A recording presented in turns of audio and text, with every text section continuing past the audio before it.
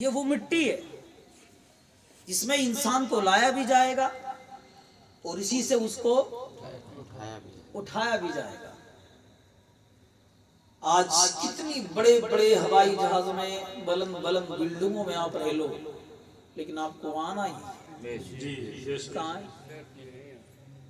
موت انسان کو پکار پکار کر کہتی ہے، او ہوائی جہاز میں سفر کرنے والے، بلند بلند بڑے بلڈنگوں میں رہنے والوں، اونچے اونچے مکان میں رہنے والوں، اچھے اچھے بستروں پر اپنی نیندیں رکھنے والوں، او لوگوں اپنے ہوائی جہازوں کے ذریعے سفر کرنے والوں، اے لوگوں ایسی روموں میں رہنے والوں، اچھے اچھے مالداروں کے ذریعے اترانے والوں، کوئی اپنے حسن پر نہ اترانا، کوئی اپنی دولت پہ نہ اترانا، کوئی اپنی زمین و جائیداد پہ نہ اترانا، کوئی اپنی کسی چیز پر گھمنڈ مت کرنا۔ اللہ تعالیٰ نے تجھے دولت دی ہے تو گھمنڈ مت کر، تجھے شہرت دی ہے تو گھمنڈ مت کر، تجھے خوبصورتی ملی تو گھمنڈ مت کر، تجھے جوانی ملی تو گھمنڈ مت کر۔ اے انسان یاد رکھ، تجھے جو بھی ملا ہے وہ رب کی نعمت سمجھ کر اس کا شکر گزار بندہ بن جا، اس پر رب کا شکر ادا کر۔ اللہ نے خوبصورتی دی ہے تو اس کا شکر ادا کیا کر، اللہ نے تجھے دولت دی ہے تو اس کا شکریہ ادا کیا کر، اللہ تعالیٰ نے تجھے نمازی بھی بنایا ہے تو اس کا شکر ادا کر۔ اس لیے انسان جو بھی تجھے وقت پر چیز مل جاتی ہے تو اس کا شکر ادا کرتا ہے، ایک دن ایسا آئے گا جب تو اس دنیا سے چلا بھی جائے گا، لوگ تجھے چار لوگ تجھے کاندھے پہ رکھ کر قبرستان کے حوالے کر دیں گے، پھر بتا تیرا کون ہوگا تجھے بچانے والا، کون ہوگا تجھے میری حمایت کرنے والا، کون ہے میری صدارت کرنے والا، کون ہے تجھے اپنانے کے لیے آ جائے۔ ہم نے تو یہ دیکھا ہے کہ تیرے اپنے جو قریبی ہوتے ہیں، تیرے جو اپنے رشتے دار ہوتے ہیں، جو عزیز و اقارب ہوتے ہیں، اگر وہ بھی سنتے ہیں تو وہ بھی یہی کہتے ہیں چلو قبرستان میں لے کر چلو۔ اللہ تعالیٰ کوئی انسان ایسا نہیں ہوتا جو گھر میں رکھنے کے لیے تیار ہو جائے۔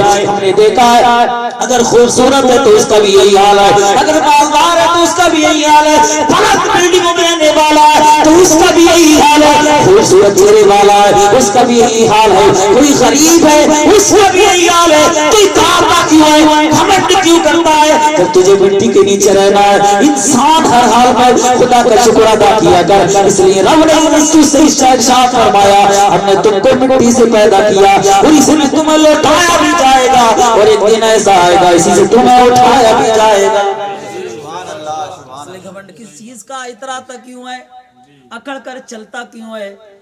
حضرت امام غزالی رحمۃ اللہ تعالی علیہ سے ایک انسان ملا، بڑا مالدار امیر تھا، کہا تم جانتے ہو مجھ کو میں کون ہوں، تم جانتے ہو مجھے؟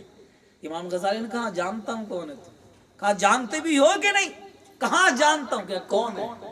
کہا میں تیری ابتدا بھی جانتا ہوں تیری انتہا بھی جانتا ہوں۔ کہا کیسے جانتے ہو؟ کہ تیری ابتدا ہے پیشاب کے ایک قطرے سے تو بنایا گیا ہے، اور تیری انتہا یہ ہے کہ گلی ہوئی اور سڑی ہوئی مٹی تیرے جسم کو بنا بھی دیا جائے۔ میں جانتا ہوں تجھے تو کون ہے نا۔ اس لیے تکبر مت کر، کوئی دولت مند ہو تو بھی نہ کرے، کوئی شہرت پسند ہو تو بھی نہ کرے، کوئی اپنی بیویوں کی خوبصورتی پر بھی ناز نہ کرے۔ یہی تو فرمایا آقا نے ارشاد فرمایا، وہ سعد بن جبل، حضرت سعد بن جبل نے عرض کیا یا رسول اللہ منہا خلقناکم وفیہا نعیدکم ومنہا نخرجکم تارۃ اخری۔ یا آقا، اے اللہ کے نبی صلی اللہ علیہ وسلم، سمجھ میں یہ تو آ گیا کہ اللہ نے ہمیں مٹی سے بنایا ہے، اے آقا یہ بھی سمجھ میں آ گیا کہ ہم قبر میں جائیں گے تو مٹی میں لوٹایا بھی جائے گا، لیکن آقا یہ ہماری سمجھ میں نہیں آ رہا مٹی سے اٹھایا کیسے جائے گا، آخر کار ہمیں کیسے اٹھایا جائے گا، ہم کیسے اٹھیں گے؟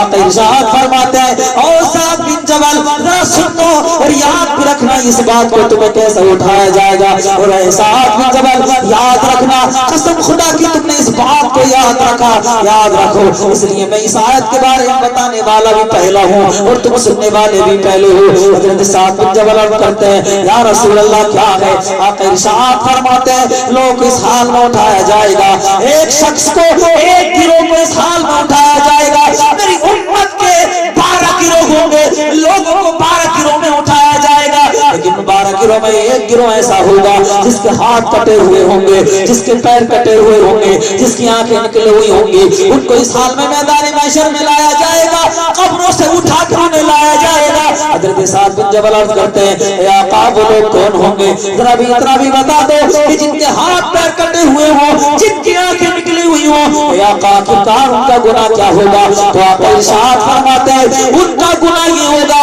وہ خود تو اچھا کھاتا تھا, پڑوسی والے بھوکے رہتے تھے, خود کو اپنی زمین پر بڑا باز تھا لیکن پڑوسی والوں کو ستاتا تھا. مطلب خلاصہ یہ ہے کہ اس سے اس کے پڑوسی ناراض رہتے تھے, خوش نہ رہتے تھے. پڑوسی کا حق ادا نہ کرنے کی بنیاد پر اس گروہ کو اس حال میں اٹھایا جائے گا کہ اس کے ہاتھ پیر کٹے ہوئے ہوں گے. اس کے ہاتھ پیر کیا ہوں گے؟ کٹے ہوں گے. پھر آقا نے ارشاد فرمایا, سات اللہ تعالیٰ نے 7 فرشتوں کو پیدا کیا اور ان 7 فرشتوں کو زمین اور آسمان سے بھی پہلے بنایا. جب آسمان بھی نہیں بنائے گئے, زمین بھی نہیں بنائی گئی, 7 فرشتوں کو بنایا گیا.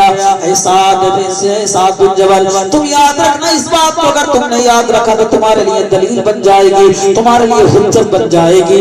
آقا ارشاد فرماتے ہیں, سعد وہ 7 فرشتے جانتے ہو کون کون سے؟ عرض کرتے یا رسول اللہ, اللہ اور اس کا رسول بہتر جانے وہ کون سے. تو آقا نے ارشاد فرمایا, جب اللہ نے 7 فرشتوں کو پیدا کیا اور 7 فرشتوں کو بنانے کے بعد پھر 7 آسمانوں کو پیدا کیا اور 7 آسمانوں میں اللہ نے انہیں 7 فرشتوں کو مقرر فرمایا. ایک فرشتہ ایک آسمان پر, ایک فرشتہ دوسرے پر سر پر, ایک فرشتہ تیسرے پر, ایک فرشتہ چوتھے پر, ایک فرشتہ 5ویں پر, ایک فرشتہ 6 پر, ایک فرشتہ 7ویں پر. حضرت سعد بن جبل عرض کرتے ہیں, اے آقا کے کاروں کا کام کیا ہے؟